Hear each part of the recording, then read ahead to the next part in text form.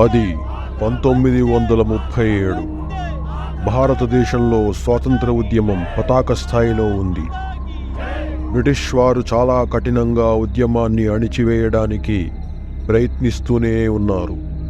వారికి తెలుసు, ఇక ఎంతో కాలం భారతదేశాన్ని తమ గుప్పిట్లో ఉంచుకోలేమని. దేశంలో ఉన్న సంపదంతా త్వరితగతిన లండన్కు తరలించేందుకు ఆగమేఘాల మీద రోడ్లు వేయడం, బ్రిడ్జిలు కట్టడం చేస్తున్నారు.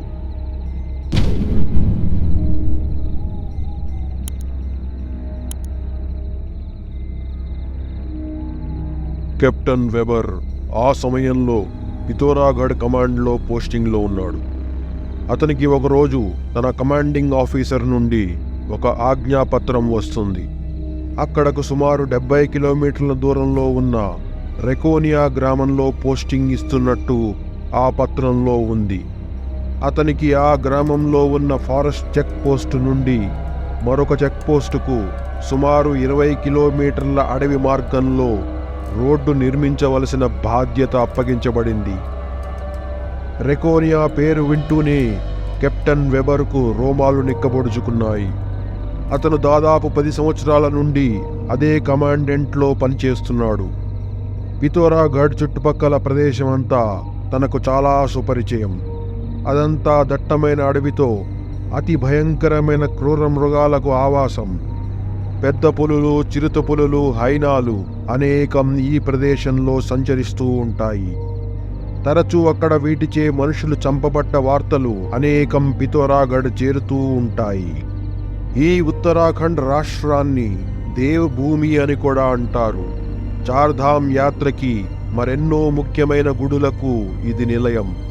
ఇక్కడి ప్రజలు దేవతలను ఎంతగా నమ్ముతారో దెయ్యాలను కూడా అంతే నమ్ముతారు. ఈ క్రూర మృగాలను ప్రేతాత్మలుగా వారు భావిస్తూ ఉంటారు. ఈ రెకోనియా గ్రామం దట్టమైన అడవి మధ్యలో ఉంటుంది. చుట్టూ హిమాలయాలు, లోయలు మరియు అడవులతో చాలా అందమైన కుగ్రామం. సుమారు 20 కుటుంబాలు అక్కడ నివసిస్తూ ఉంటాయి. వారందరూ అడవి మధ్యలో పోడు వ్యవసాయం చేసుకుంటూ ఉంటారు. ఆ ప్రదేశంలో పెద్ద పెద్ద పైన్ చెట్లు విరివిగా దొరుకుతాయి. ఆ విలువైన కలపనంతటినీ పితోరాగఢ్ మీదుగా కలకత్తా పోర్టుకు తరలించాలని బ్రిటిష్ వారి ప్రణాళిక. పితోరాగఢ్ నుండి 50 కిలోమీటర్ల దూరంలో అడవి మధ్యలో ఒక చెక్ పోస్టు ఉంది. అక్కడి నుండి రెకోనియా గ్రామం 20 కిలోమీటర్లు.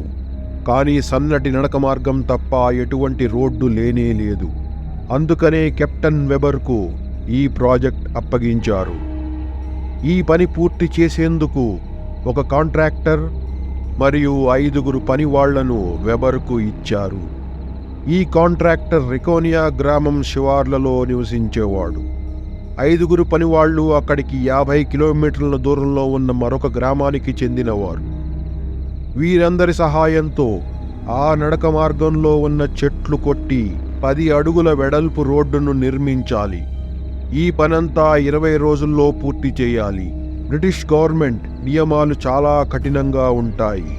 ఇచ్చిన సమయంలో పని పూర్తి చేయలేకపోతే శిక్షలు కఠినంగా ఉంటాయి.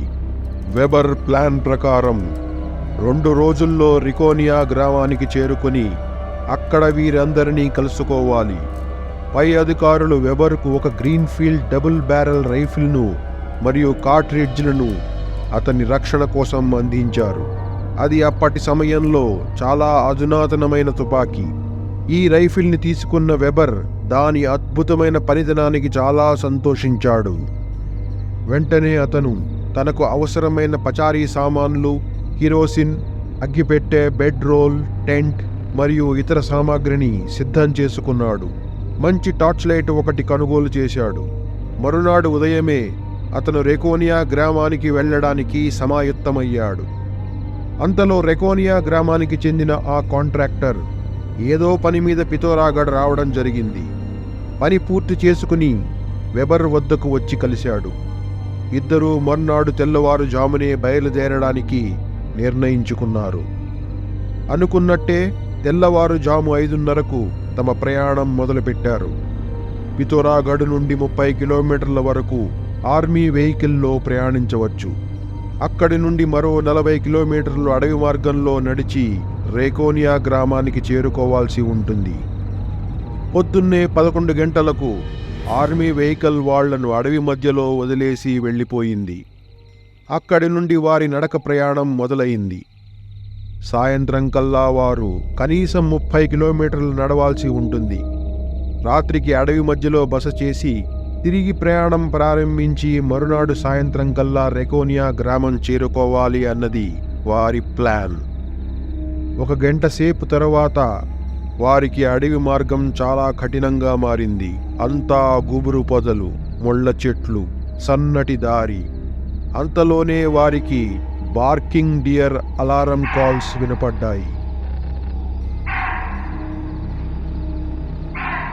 అవి దగ్గరలోనే క్రూర మృగాలు సంచరిస్తున్నాయనే విషయానికి సంకేతం. వెబర్ తన పుస్తకంలో ఇలా రాసుకున్నాడు: as I entered the forest I was welcomed by the barking deers. ఆయనకు అర్థమైంది వారు పులులు ఇలాకాలోకి ప్రవేశించామని. వెబర్ తన రైఫిల్ తీసి చేతులతో పట్టుకుని చాలా అలర్ట్గా ముందుకు అడుగులేయడం ప్రారంభించాడు. అతని వెనుకే కాంట్రాక్టర్ కూడా నడవసాగాడు. వారికి తెలుసు, సాయంత్రంలోపు సగం దూరం పూర్తి చేయాలి.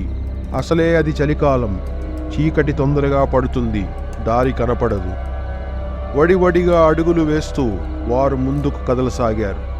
సాయంత్రం 5:30 కాగానే వెబర్ కాంట్రాక్టర్తో ఎక్కడన్నా మంచి ప్రదేశం చూసుకుని బస చేద్దామని, తన దగ్గర టెంట్ మరియు ఇతర సామాన్లు ఉన్నాయని చెప్పాడు.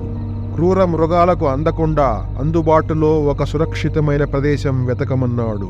ఆ ప్రదేశమంతా ఆ కాంట్రాక్టర్కు సుపరిచయమే. కాబట్టి అతడు దగ్గర్లోనే ఆ దారి పక్కనే ఒక 10 అడుగుల ఎత్తు ఉన్న రాయిని చూపించాడు. అది 3 వైపుల నుండి చాలా ఎత్తుగా సురక్షితంగా ఉంది. ఒకవైపు నుండి మాత్రమే పైకి ఎక్కడానికి దారి ఉంది. ఆ రాయిపైన టెంటు వేసుకుని రాత్రి గడుపుదామని, పైకి వచ్చిన మార్గాన్ని ముళ్లకంపతో కప్పివేద్దామని, సురక్షితంగా ఉంటామని చెప్పాడు. వెబర్ దానికి ఒప్పుకుని ఇద్దరూ కలిసి గబగబా టెంట్ వేసుకున్నారు. మంట వెలిగించి వంట చేసుకున్నారు. చుట్టూ దట్టమైన అడవి, పూర్తిగా చీకటి పడింది. కనీసం 20 కిలోమీటర్ల దూరం వరకు ఎటువంటి నరసంచారం లేదు. మంట పెద్దగా చేసి టెంట్లోకి వెళ్ళి పడుకున్నారు. అర్ధరాత్రి 12 గంటల వరకు ఎటువంటి సమస్య లేకుండా గడిచిపోయింది. కానీ అప్పుడే బయట చెట్టు మీద ఒక లంగూర్, అంటే నల్ల ముఖం కోతి అరవటంతో వెబర్కు మెలకువ వచ్చింది.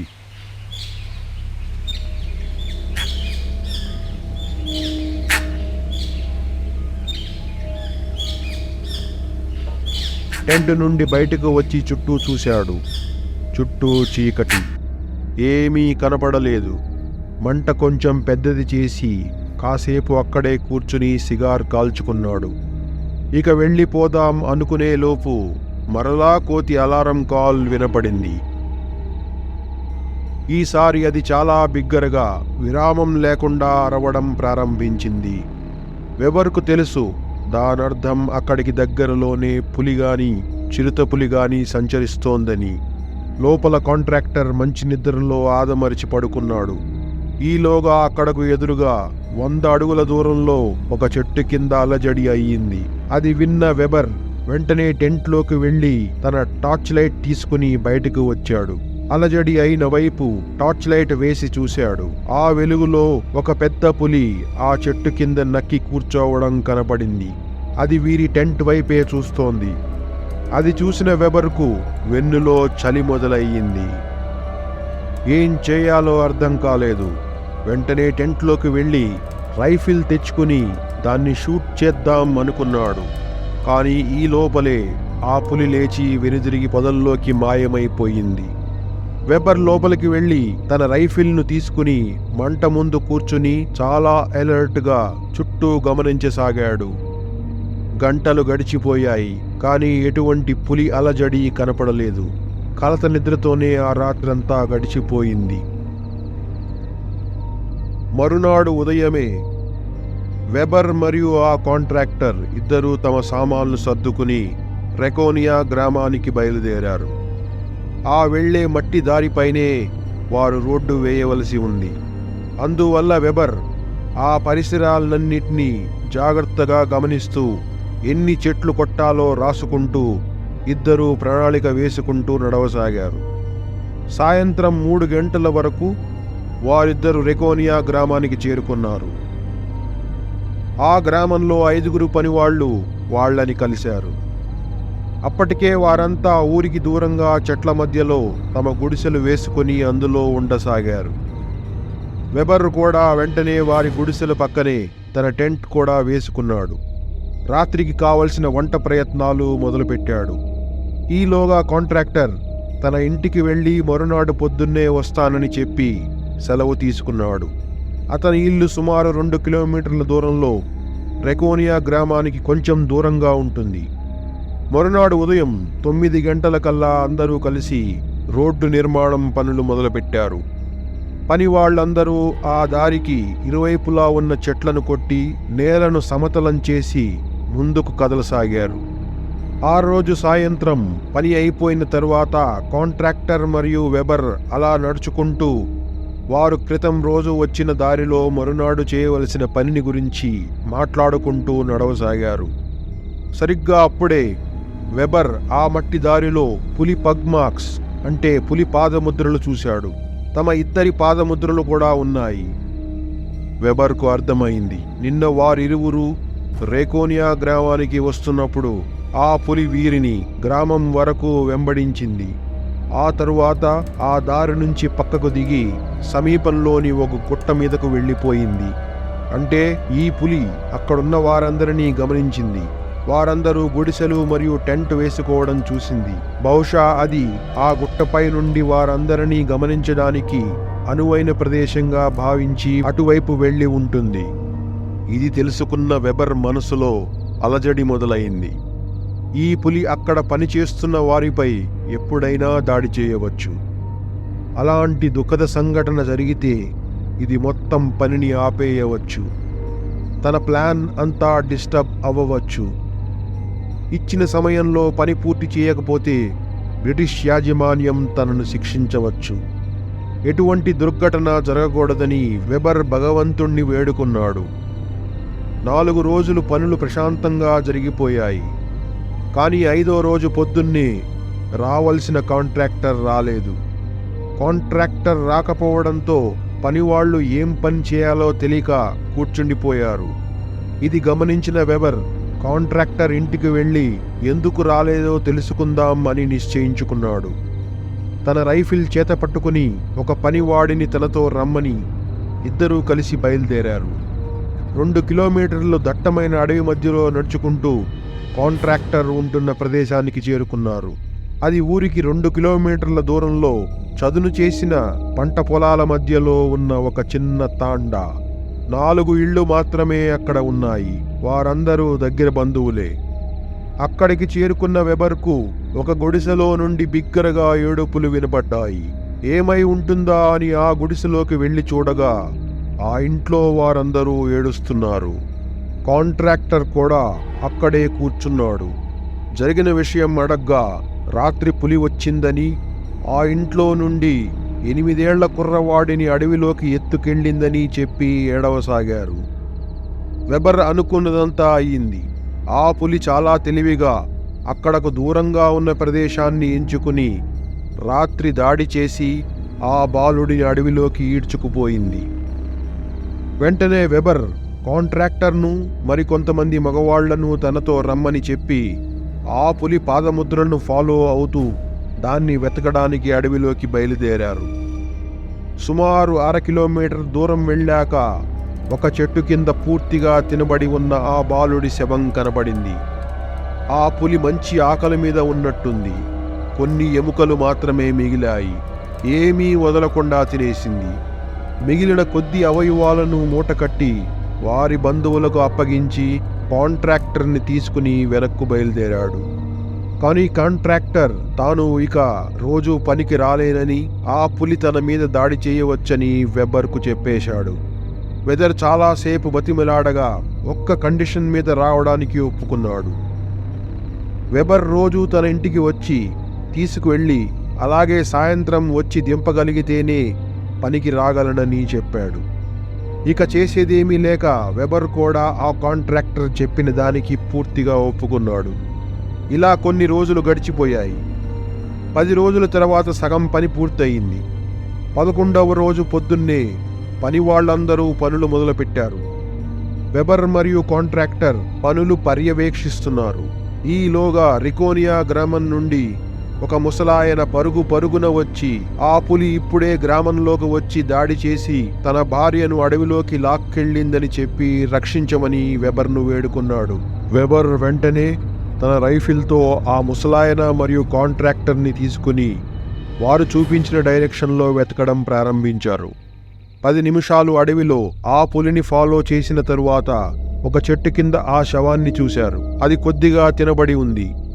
బహుశా పులి మనుషులు వస్తున్న అలికిడి విని దూరంగా పారిపోయి ఉండవచ్చు. వెబర్కు తెలుసు ఆ శవాన్ని తినడానికి అది తప్పకుండా సాయంత్రం మరలా తిరిగి వస్తుందని. వెంటనే కాంట్రాక్టర్ని పిలిచి అక్కడకు ఎదురుగుండా 20 అడుగుల దూరంలో ఉన్న ఒక చెట్టుపై ఒక మంచెను కట్టమని చెప్పాడు. గ్రామస్తులందరూ కలిసి గబగబా ఒక మంచెను ఏర్పాటు చేశారు. వారందర్నీ గ్రామానికి వెనుదిరగమని చెప్పి కాంట్రాక్టర్ మరియు వెబర్ మంచెపైకి ఎక్కి పులి కోసం వేచి చూడసాగారు. సాయంత్రం 6 గంటలు దాటినా పులి జాడలేదు. చీకటి పడసాగింది. పైగా చలి. వారిరువురు ఎటువంటి ప్రిపరేషన్ లేకుండా రావడం వల్ల చాలా ఇబ్బంది పడసాగారు. ఒకవైపు ఆకలి, మరోవైపు చలి. అలా మరో 4 గంటలు గడిచిపోయాయి. సుమారుగా అర్ధరాత్రి 2 గంటల సమయంలో మగత నిద్రలో జోగుతున్న వెబర్కు కాంట్రాక్టర్ చెవులో చిన్నగా ఏదో చెప్పాడు.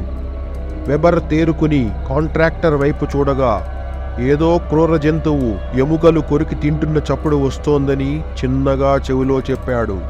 చెవులు రిక్కించి విన్న వెబర్కు ఎదురుగా చెట్టు కింద ఆ శవం ఉన్న చోటు నుండి ఆ చప్పుడు వస్తోంది అని అర్థమైంది. వెంటనే తన రైఫిల్ను సరిచేసుకుని 2 చేతులతో పట్టుకుని ఎయిమ్ తీసుకుని సిద్ధంగా ఉన్నాడు. కాంట్రాక్టర్కు టార్చ్ లైట్ ఫోకస్ అటువైపు వేయమని సైగ చేశాడు. వెంటనే కాంట్రాక్టర్ టార్చ్ లైట్ వెలిగించి అటువైపు తిప్పాడు. ఆ వెలుగులో ఆ పెద్ద పులి స్పష్టంగా కనపడింది. అది ఆ శవాన్ని ఎముకలను నములుతూ తనలో తాను లీనమైపోయింది. అంత టార్చ్ లైట్ వెలుగులోనూ అది ఏమాత్రం భయపడకుండా తన విందు ఆరగించసాగింది. వెబర్ తన రైఫిల్తో కరెక్ట్ షాట్ తీసుకోవడానికి చూడసాగాడు. అతనికి పులి వెనుక భాగం కనిపిస్తోంది. అలా కాలిస్తే దాని వెనుక కాళ్లకు మాత్రమే బుల్లెట్ తగులుతుంది. పులి పారిపోవచ్చు. ఈ అవకాశం చేజారితే తన పని అంతా ఆగిపోతుంది. ఇప్పటికే పనివాళ్లు భయపడుతూ పనులు చేస్తున్నారు. రేపటి నుండి పనికి రాకపోవచ్చు. రోడ్డు వేయాల్సిన ప్లాన్ అంతా తలకిందులు అవ్వచ్చు. ఇలా ఆలోచనల్లో మునిగి ఉన్న వెబర్ పులి కొంచెం పక్కకి జరగడం గమనించాడు. ఇప్పుడు పులి ఛాతీ స్పష్టంగా కనబడుతోంది. ఇక ఏ మాత్రం ఆలస్యం చేయకుండా వెబర్ తన రైఫిల్ ట్రిగర్ నొక్కాడు. పెద్ద శబ్దంతో నిప్పులు కక్కుతూ బుల్లెట్ దూసుకుపోయింది. తిన్నగా అది ఛాతీని చీలుస్తూ పులి గుండెల్లో దిగబడింది. మరుక్షణమే పులి పక్కకు ఒరిగి గిలగిలా కొట్టుకోసాగింది. కొద్దిసేపటికి దాని ప్రాణాలు అనంత వాయువుల్లో కలిసిపోయాయి. కిందకు దిగి వచ్చిన కాంట్రాక్టర్ మరియు వెబర్ కొన్ని రాళ్లు రువ్వి ఆ పులి చచ్చిందని రుజువు చేసుకుని దాని దగ్గరకు వెళ్లి పరిశీలించారు. అది ఒక పెద్ద 10 అడుగుల మగపులి. తెల్లవారాక ఆ గ్రామస్తులందరూ వచ్చి వెబర్ను వేనోళ్ల కొనియాడారు. ఆ తర్వాత 10 రోజుల్లో ఆ రోడ్డు నిర్మాణం మొత్తం అనుకున్నట్టే విజయవంతంగా పూర్తి చేసుకున్నారు. వెబర్ సంతృప్తితో పితోరాగఢ్ తిరిగి ప్రయాణమయ్యాడు. ఫ్రెండ్స్, ఈ స్టోరీ మీకు నచ్చినట్లయితే తప్పకుండా లైక్ చేసి మీ మిత్రులకు షేర్ చేయండి. మీరు కొత్తగా నా ఛానల్ చూస్తున్నట్లయితే దయచేసి సబ్స్క్రైబ్ చేసుకుని నాకు సపోర్ట్ చేయండి. తిరిగి నా నెక్స్ట్ వీడియోలో కలుద్దాం. జై హింద్. శుభరాత్రి.